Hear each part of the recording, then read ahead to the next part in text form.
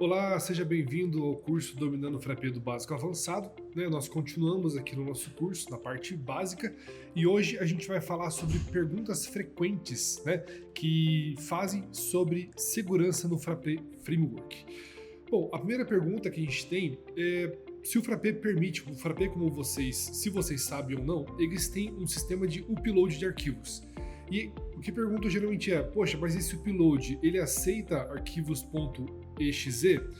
Então, o Frappé ele não atua como um antivírus, então ele não verifica cada um dos arquivos que são enviados para o servidor. Tá? Isso é bem importante entender essa questão. Porém, a gente possibilita, a validação interna para bloquear certas extensões. Então, se você precisar bloquear alguma extensão que você não quer que seja enviada para o seu servidor, é só você abrir configurações do sistema, arquivos e ir ali em extensões de arquivos permitidas que você consegue bloquear outras extensões que você não deseja que sejam enviadas para o sistema, tá bom? Daí, independentemente se for por um lugar público ou pelo administrativo, ninguém vai poder enviar aquilo que foi bloqueado nessa parte. Outra coisa, ele exibe o rastreamento completo do erro. Se vocês já se depararam com algum tipo de erro no desenvolvimento do seu Frappé, você vê que no front ele dá um traceback completo do erro que aconteceu. Só que a gente sabe que isso nem sempre é interessante mostrar. Tá? Então, os rastreamentos de erro, eles ajudam nós, desenvolvedores, a depurar problemas, e na maioria dos casos, eles não revelam nada que já não esteja disponível no código-fonte aberto do Frappé. Porém, no caso de um código-fonte ali personalizado, talvez não seja interessante. Então, se você precisar, se você quiser em produção desabilitar isso, você pode ir em configurações do sistema e desmarcar, mostrar erro completo e permitir relatório ao desenvolvedor. Que daí vai ficar uma coisa exclusiva para o dev. Na produção, se der algum erro, ele não vai aparecer o traceback completo. Outra coisa, sobre criptografar as senhas enviadas em uma solicitação.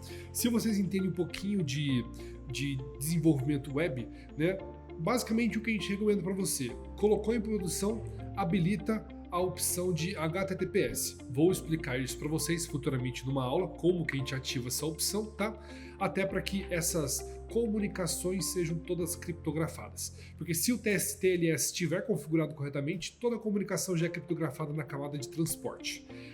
Dentro do sistema, todas as senhas, independentemente se são as senhas que você usa para acessar o servidor ou aquelas senhas que você coloca como campo, tipo password, tipo senha, no caso do primeiro, das senhas de acesso, elas são criptografadas com hash, essa hash que está aqui, e no caso dos campos de senha recuperáveis, elas são criptografadas com Fernet.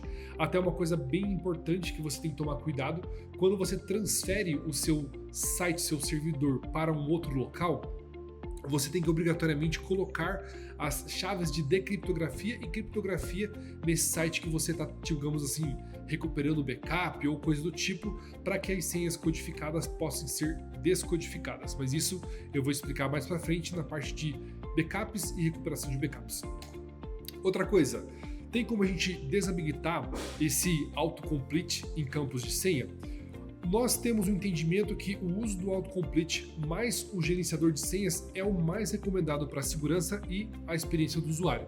E desativar isso, cara, é uma prática que a gente realmente não é necessária e não é respeitada ali pelos principais navegadores. Muitas vezes você até desbloqueia, você meio que bloqueia, mas o próprio navegador pega e completa de novo, tá?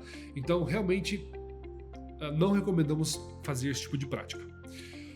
As senhas por padrão do Frappé, as senhas dos usuários, elas não expiram periodicamente. Primeiro que a gente acha isso uma coisa não segura e pode causar ali efeitos adversos, para o seu usuário, que eu odeio ficar alterando senha, olha que eu trabalho com isso. Quando eu fico me pedindo esse tipo de coisa. Se você quer colocar uma camada extra de segurança no seu aplicativo, você pode habilitar, por exemplo, a autenticação de 2 fatores, que daí se torna completamente desnecessário essa questão de ficar alterando senha e é muito mais, digamos assim, experiência do usuário, Mas se você mesmo assim, não, eu quero forçar meu usuário toda vez a recuperar a senha, é só você ir lá em configuração do sistema e habilitar isso, mas nós não recomendamos essa prática porque ela é realmente muito ruim para o usuário final. Bom, agora falando sobre a segurança da senha. o Frappé não exige maiúscula, minúscula e caracteres especial na senha.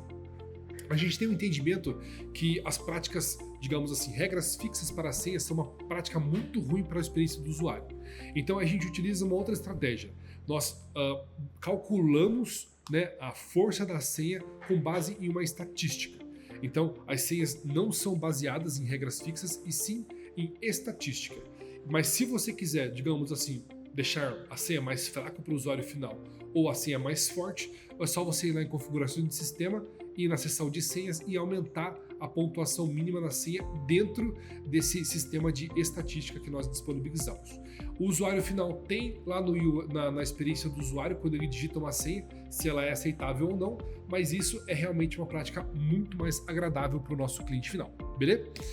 Agora sobre os cookies. Os cookies, o Frappé, ele armazena, o cookie ele pode ser acessado por outras aplicações da mesma origem. De uma forma padrão, o Frappé não permite configurar diferentes aplicações em diferentes caminhos. Tá? E por padrão também todas as páginas do domínio ou subdomínios configurados são servidas pelo Frappé. A questão aqui dos cookies, ela é bem complexa, tá? Tem como você criptografar eles e tudo mais, mas por padrão é dessa forma que funciona essa questão, tá? Porque a questão agora complementando a questão dos cookies, né, sobre a parte secure, essa flag secure tem como ser adicionadas? Elas não são ou tem como ir assim por diante? Porque basicamente se você coloca o HTTPS, essa flag ela já é adicionada meio que automaticamente. Então o que a gente recomenda é justamente ativar isso, né? E, digamos assim, permite conexões não HTTPS para redes internas sem TLS. Tá, então, ativando o HTTPS, você já meio que protege ali os cookies dentro do seu aplicativo. E por último, o site. Eu desenvolvi um aplicativo no Frappé, coloquei ele no ar. As pessoas vão conseguir identificar que ele foi desenvolvido em Frappé? Bom, se você é um desenvolvedor novato, você pode achar que isso é uma grande coisa. Só que é muito chato, é muito difícil você ficar escondendo esse tipo de coisa. Você pode ocultar o brand, pode trocar o nome para fazer um monte de coisa. Mas, invariavelmente, ali uma hora ou outra a pessoa vai identificar, né, através do funcionamento, da base do sistema, que aquilo foi desenvolvido em Frappé. Tá? Então, é possível, só que a gente entende que isso, digamos assim, pelo todo esse trabalho da comunidade em prover a segurança, né, seguindo as práticas de segurança recomendadas que a gente vai trabalhar num vídeo futuro, você consegue manter a sua aplicação segura e não tem problema as pessoas identificarem ou não querer desenvolvido em Frappé ou não, tá bom? Mas é basicamente isso que eu tinha que falar para vocês hoje. Hoje foi um vídeo bem curtinho, eu sei que foi bem dinâmico mesmo, mas para os desenvolvedores aí intermediários e avançados, eu acredito que sejam questões que podem agregar bastante, até mesmo no planejamento daquilo que você está querendo desenvolver. Obrigado por assistir o vídeo até aqui e até o próximo vídeo.